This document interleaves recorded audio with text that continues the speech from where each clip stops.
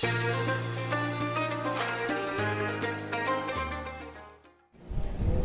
عليكم ورحمة الله وبركاته. مرحبا بكم مشاهدينا الكرام على قناة البدانة.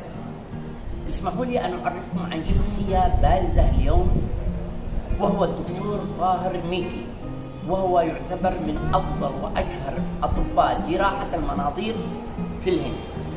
الدكتور طاهر ميثي حصل على شهادة MS سنة 1986. له تجارب عديدة وجراحات عديدة من أكثر من 30 عاما. الدكتور طاهر ميثي مختص في 4 أنواع من الجراحات. يعتبر الدكتور طاهر ميثي أحد أول دكتور جراح مناظير مسلم في بومباي. والدكتور طاهر ميثي يعمل بشكل رسمي في مستشفى السيفي ومستشفى برنس علي خان وكثير من المستشفيات. له كثير من التجارب والجراحات في كثير من البلدان والدول. سوف نعمل معه لقاءنا اليوم، وإن شاء الله نستفيد منه الكثير في هذا اللقاء. هيا بنا.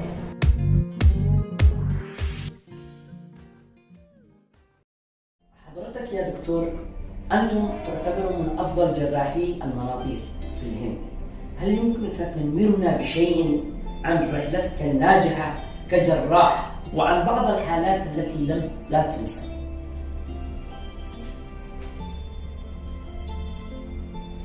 Well, I don't ever remember making a conscious decision to become a doctor. I think I was just destined to be a surgeon, because even when I was in school I wanted to be a surgeon. So there was no point in time. I can't give you an incident or a cut-off point why I wanted to become a surgeon. There's no doctor in my family on my mother's side or father's side, and to the best of my knowledge I'm the first doctor in our family. And I trained as an open surgeon, and I think that was a great advantage because there was no laparoscopic surgery at that time. And after passing out from Grand Medical College in 1986, I started practice. Laparoscopic surgery changed my life, changed the world, changed the surgical world.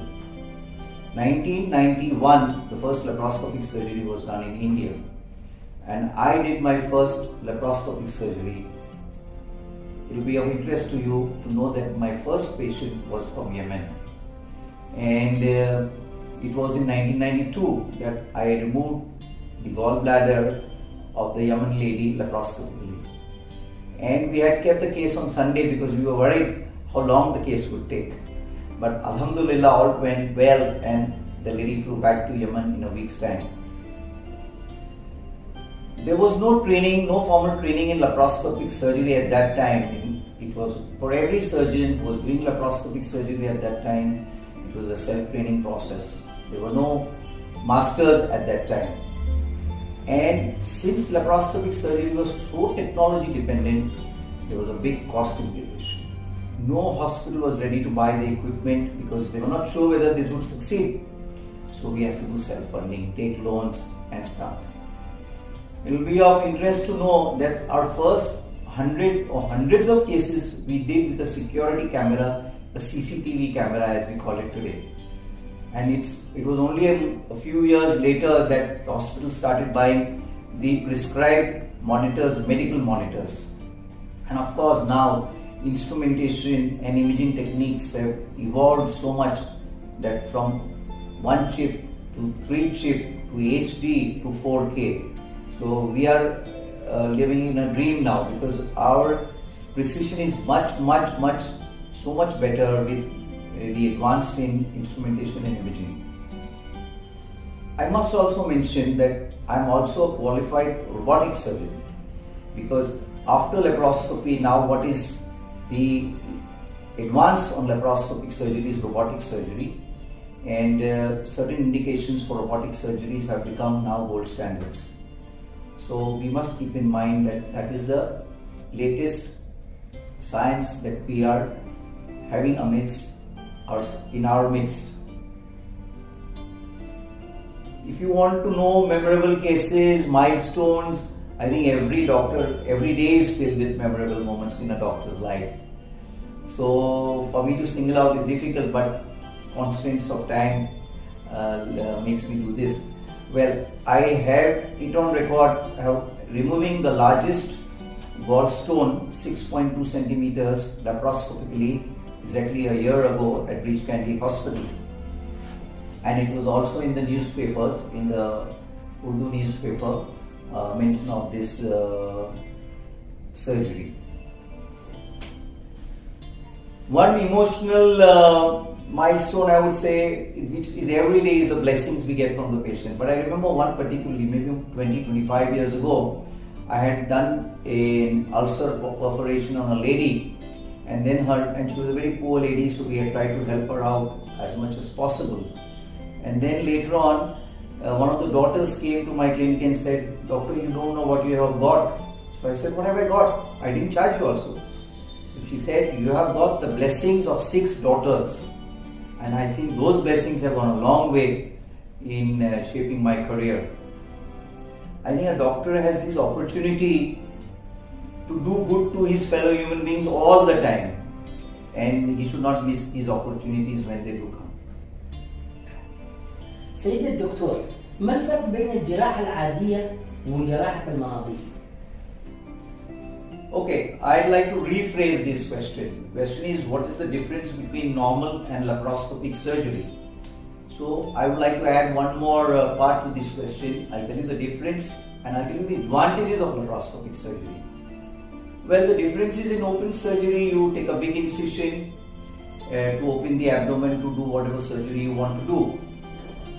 Laparoscopic surgery in layman's words rather, is called keyhole surgery, where you make very tiny incisions ranging from 3 millimeters to 5 to 10 to 12 millimeters, and you put in instruments and telescope, and whatever is in the abdomen is seen in a very, very magnified manner on the medical TV monitor, and then the whole surgery is done through this. So this is the basic difference between open and laparoscopic surgery. Now the advantages are many. Let's enumerate the important ones. In laparoscopic surgery, there is very, very minimal post-operative pain. The return to oral feeding is much faster. Ambulation of the patient, that is movement out of the bed, is also much faster, which decreases complications of the chest and thrombosis, deep vein thrombosis complications. Incidence of post-operative hernia, post-operative intestinal adhesions are also much less. And very, very important thing is that when we do laparoscopic surgery, we can evaluate the whole abdomen. So even if we are removing the appendix, we can see the rest of the abdomen because we have access to the whole abdomen through the telescope, which is not always possible when you are doing an open surgery with a limited incision. More important is less hospital stay, early return to your home, early return to work. So in the long run, economically, this is more advantageous than open surgery. And of course, what all patients want, better cosmetic result. دكتور، ما هي المشاكل التي يمكن معالجتها بالجراحة بالمناظير؟ Well, if you'd asked me this question 20 years back, my answer would have been very short. But now in 2002, I can say almost, because man is good, not God. Almost everything can be treated laparoscopically in the abdomen. Gallbladder problems, gallbladder stones, liver cysts, liver tumors, appendix problems, hernias, uterus, ovaries, so many cancers, and the entire gastrointestinal tract, right from the food pipe, stomach, small intestine, large intestine. I think today 90% of the surgery that I do is laparoscopic surgery. إكمالا للقائنا يا دكتور، نرجو منكم تقديم نصائح لبعض المشاهدين الكرام. Oh, see, I am not a preacher, so forgive me if I give advice like this. But you see, in this era of electronic media explosion, where knowledge or information, or I would say misinformation, is available at your fingertips, my advice is trust your doctor more than the internet. Because after all, وَإِذَا مَرِضْتُ فَهُوَ يَشْفِينِ. Thank you, Doctor, once again, and for giving us a great time. Thank you so much. مرحبا. شكرا لك يا دكتور.